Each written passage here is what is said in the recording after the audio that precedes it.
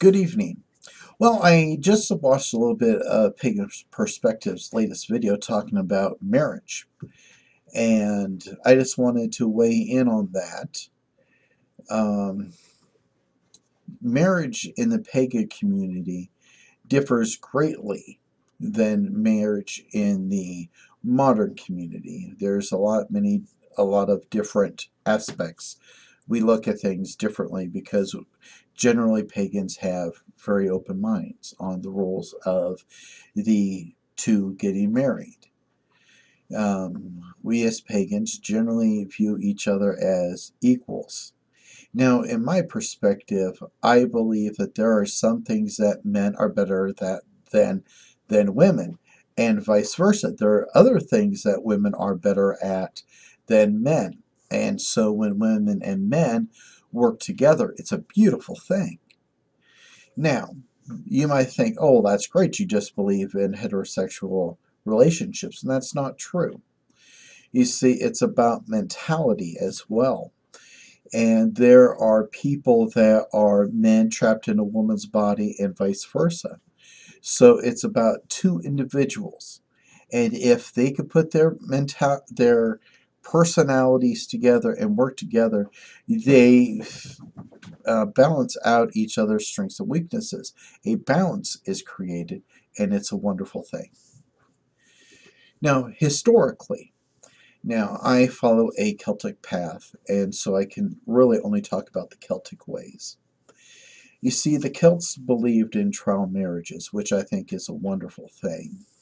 They believed in a young couple being together for a year and a day. And during this year and a day, they find out if they really want to be together. So once the 366 days have passed, they can go, I really love you, I want to be with you for the rest of my life, and they could be together. Or they could decide to split apart and, they just split what they got and, go their separate ways. If there were any children born out of this trial marriage, then it was be a community um, project, bad words, I know, a community effort to take care of said children.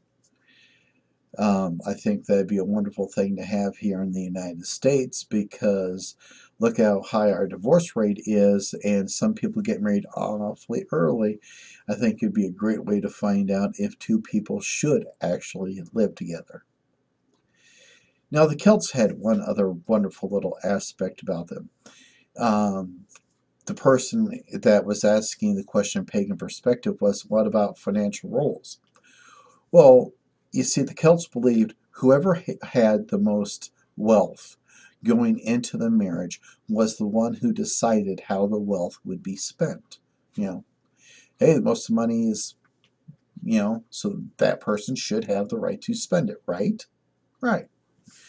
So then that means if a warrior, male, was to marry a very wealthy female hierarchy, like a chieftain's daughter and such, the chieftain's daughter would be able to decide how everything was spent, and the husband, the male figure, would respect those wishes because she gets to make the decisions.